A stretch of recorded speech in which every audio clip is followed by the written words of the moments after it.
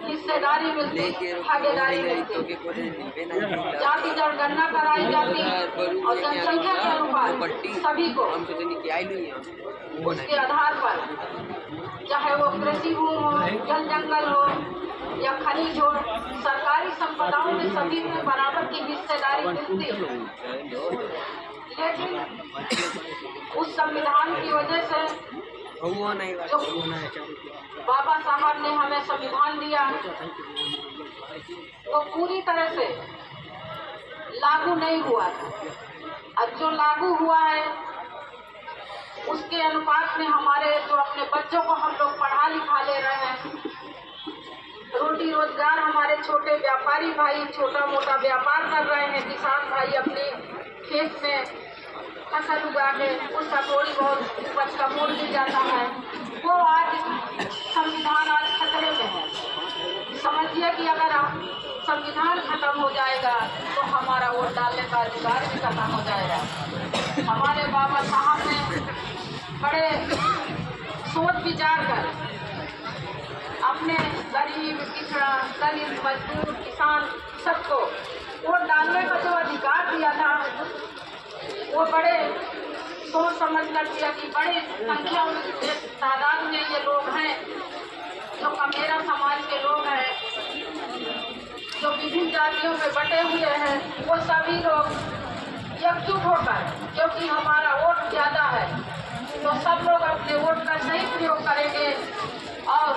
अपनी सरकार बनाएंगे और अपने सरकार बनाकर अपनी समस्याओं को समाधान करेंगे। संख्या के अनुपात पर जो जितना अधिकार होगा उसका उसी अनुसार सबको भागीदारी हिस्सेदारी देंगे। लेकिन उसका उल्टा हो गया, जो हमारे विभिन्न जातियों में जो हम लोगों को बांट दिया गया है और आपस में भाईचारा न बनाकर उसको लड़ाने झगड़ने का काम करते हैं, भाई भाई को लड़ा देते हैं, थोड़े थोड़े हम लोग आपस में लड़ते रहते हैं।